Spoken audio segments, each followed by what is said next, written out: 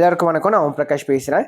இது வரைக்கும் நீங்கள் இந்த சேனலை சப்ஸ்கிரைப் பண்ணலாம், சப்ஸ்கிரைப் பண்ணிக்கோங்க. அது மட்டும் இல்லாமல் பக்கத்தில் இருக்க பெல் பட்டனும் கிளிக் பண்ணி வச்சுக்கோங்க. அப்போ தான் நம்ம சேனலில் போடுற எல்லா வீடியோஸும் உங்களுக்கு நோட்டிஃபிகேஷனில் காமிக்கும். மேலும் ஜோதிடம் சார்ந்த ஏதாவது கேள்விகள் இருந்தாலும் அல்லது உங்கள் சுய ஜாதகத்தை பற்றி ஏதாவது கேள்விகள் இருந்தாலும் நீங்கள் கீழே கமெண்ட் பாக்ஸில் உங்களோட பிறந்த தேதி, பிறந்த நேரம், பிறந்த இடம் குறிப்பிட்டு உங்கள் கேள்விகளை நீங்கள் கேட்கலாம். கண்டிப்பாக எல்லோருடைய கமெண்ட்ஸுக்கும் முடிஞ்ச வரைக்கும் நான் ரிப்ளை பண்ணுறேங்க. சரிங்களா? அதே மாதிரி இந்த வீடியோ உங்களுக்கு பிடிச்சிருக்கின்ற பட்சத்தில் ஒரு லைக்கும் போட்டு விடுங்க. நிறைய லைக்ஸ் வர தான் இன்னும் மேற்கொண்டு வீடியோஸ் நிறைய போடணுன்ற ஒரு தூண்டுதல் எனக்கும் வரும். சரிங்களா? முடிஞ்ச வரைக்கும் இந்த வீடியோ பார்க்குறவங்க ஒரு லைக்கை போட்டுட்டு கமெண்ட்டை போட்டுட்டு உங்களோட வீடியோ நீங்கள் பார்க்க ஆரம்பிங்க. சரி, வாங்க இப்போ வீடியோக்குள்ளே போகலாம். இந்த வீடியோ நம்ம என்ன பார்க்க போகிறோம் அப்படின்னா, மேஷ ராசி அஸ்வினி நட்சத்திரத்தில் பிறந்தவங்களுக்கு 2026ஆம் ஆண்டு மே மாத ராசி பலன்களை பற்றி நம்ம தெளிவாக பார்க்க போகிறோங்க. அதாவது செவ்வாயினுடைய வீட்டில் இருக்கக்கூடிய கேதுனுடைய நட்சத்திரம் இந்த அஸ்வினி. சரிங்களா? மேஷம் அஸ்வினியை பொறுத்த வரைக்கும் இந்த 2026 மே மாதம் எப்படி இருக்குங்க? சரிங்களா? அதாவது இந்த காலகட்டத்தில் உங்களுடைய வாழ்க்கையில் வந்து பார்த்தீங்கன்னா நிறைய நல்ல மாற்றங்களை கண்டிப்பாக கொடுக்க போகுது அப்படின்னு எடுத்துக்கலாம். சரிங்களா? நடந்தவையெல்லாம் நன்மைக்கே, நடக்க போகிறது எல்லாமே நன்மைக்கு தான். சரிங்களா? அது நீங்கள் தெளிவாக தெரிஞ்சுக்கிட்டீங்கன்னா கண்டிப்பாக வாழ்க்கை உங்களுக்கு ரொம்ப நன்றாக இருக்கும். சரிங்களா? முதல்ல வந்து பார்த்தீங்கன்னா, இது நாள் வரைக்கும் ராசிநாதன் அப்படின்னு சொல்லப்படக்கூடிய செவ்வாய் வந்து ராசிக்கு 12ஆம் இடத்துல இருந்தாருங்க. கேது ராசிக்கு 5ஆம் இடத்துல அமர்ந்திருந்தார். சரிங்களா? இப்போ இந்த மாதத்துடைய துவக்கத்திலே வந்து பார்த்தீங்கன்னா, அதாவது மே மாதம் 10ஆம் தேதியிலிருந்து பார்த்தீங்கன்னா, செவ்வாய் ராசிக்குள்ள வரார். சரிங்களா? அதனால தேவையற்ற மனக்கவலைகளை விட்டுருங்க. சரிங்களா? இனிமேல் இந்த மே மாதம் உங்களுடைய ஒரு காலகட்டமா இருக்கும். சரிங்களா? உங்களுக்கான ஒரு ஆரம்ப காலகட்டமா இது கண்டிப்பா இருக்கும். சரிங்களா? ஸோ இந்த காலகட்டத்தில் வந்து பார்த்தீங்கன்னா,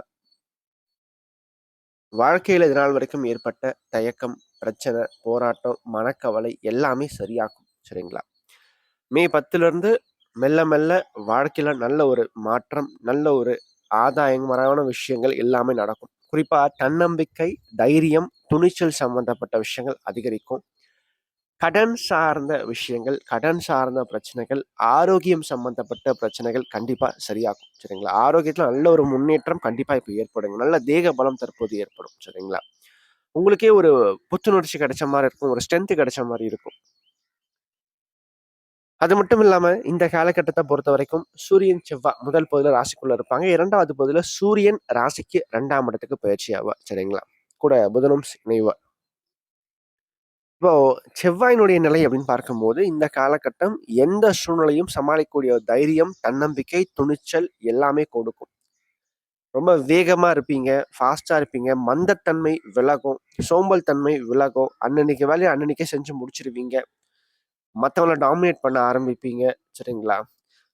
அதாவது இந்த காலகட்டம் நல்ல ஒரு ஏற்றத்தை கண்டிப்பா கொடுக்கும். மேஷத்துல பிறந்தவங்களுக்கு ரொம்ப நாளைக்கு அப்புறம் ஒரு நல்ல ஒரு மாற்றத்திற்கான ஒரு காலகட்டமா இந்த காலகட்டம் உடைய வாழ்க்கையில இருக்க போகுது. சரிங்களா?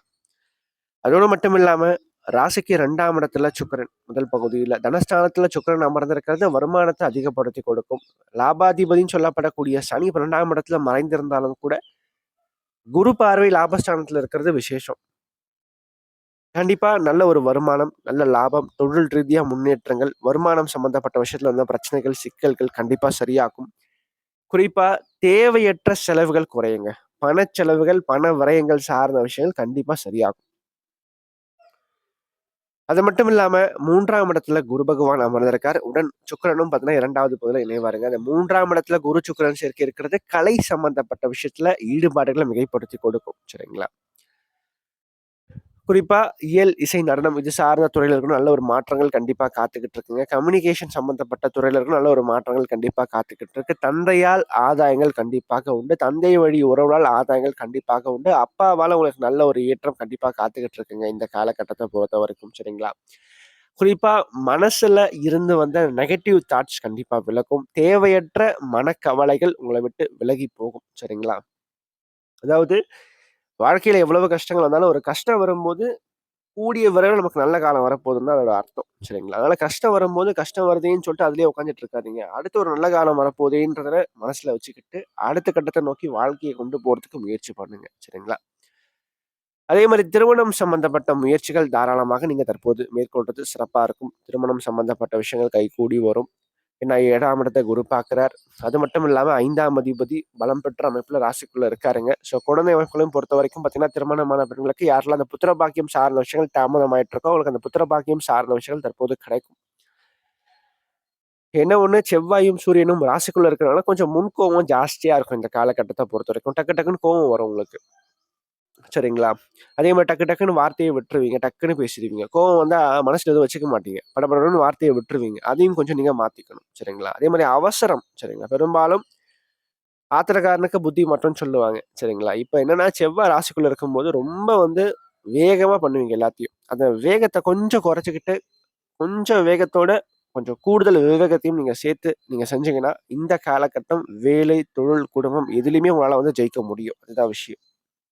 ஆனா என்ன இருந்தாலும் இதுநாள் வரைக்கும் இருந்து வந்த கஷ்டங்கள், இதுநாள் வரைக்கும் இருந்து வந்த தடைகள் எல்லாமே விலகும். சரிங்களா? கடந்த காலங்கள்ல முயற்சிகள் எத எடுத்தாலும் அதுல ஒரு தடை, தாமதம் இருந்திருக்கும்.